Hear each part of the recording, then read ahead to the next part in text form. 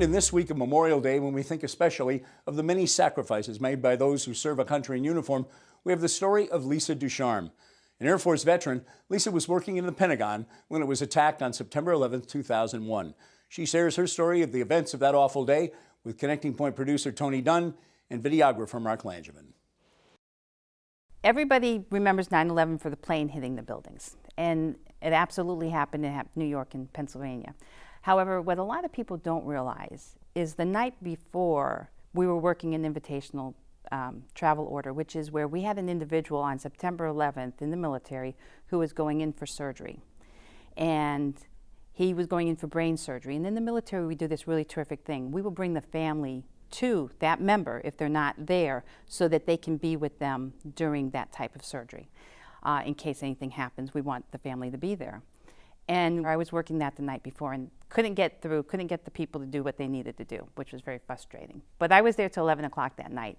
And I was in the next morning at 6:30, and then all of a sudden, about 9 a.m., they hollered up to come up and look at the TV that the towers just got hit. So then as I'm walking back, that's when you feel a very slight shake in the building, and a couple seconds later, the alarm goes off. And as we were leaving the building, I had heard that we had lost a DP, which is a director of personnel. And as I'm exiting the building, I have no idea which side of the building the plane had hit, but I did know that my background is casualty, so I knew that I had to do the casualty side, and I expected that I would find several other service members for other branches doing casualty. And they weren't there. And I was very surprised because I had to go I can't find my way out of a brown paper bag. So when I got out and met the unit, because we went to our designated location and met the unit, I was like, who wants to help me find a phone? At the time, all the cell phone lines were dead, so you couldn't borrow somebody's cell phone to make the phone calls. So then I go over and we find the phone, and I finally get a hold of Air Force Casualty, because obviously there's a line, everybody wants to call everybody. So I finally get a hold of Air Force Casualty, let them know they have a casualty rep on site. So told everybody, call my kids at 3 o'clock, let them know that mom is working, because if they know mom's working, they know everything's fine.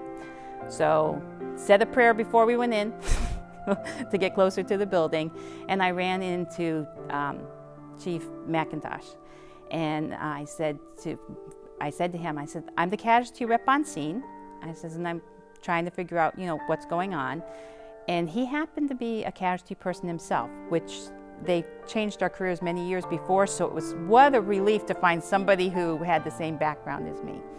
And so together we went and we found the locations and the sites, and throughout the day we did all casualty accountability kind of things. So then we started to get all branches of the service as well as all civilians, so that in the event that we were able to process any remains, we could get people notified a little bit faster of a duty status, whereabouts unknown type status. So worked through the night, the FBI, the CIA, every acronym you could think of that was there, we worked with them so that we could get to the final location of where they were going to bring the remains. And so I guess probably about 28 hours later, I went home, because I was very concerned about my kids at the time, because they were 7th grade and 9th grade. And I was more concerned about how they would handle it. But I'm very direct and very forward from that sense. And for me, I worked casualty. So for me, death is an everyday occurrence. And you always knew that you had to do the notification to somebody. And you knew that, death comes rather quickly for any reason. I think that there are so many lessons that I learned and so many skills that I obtained while I was in the military. I've been very fortunate. Every job that I had and every base that I went to, there was always something special there.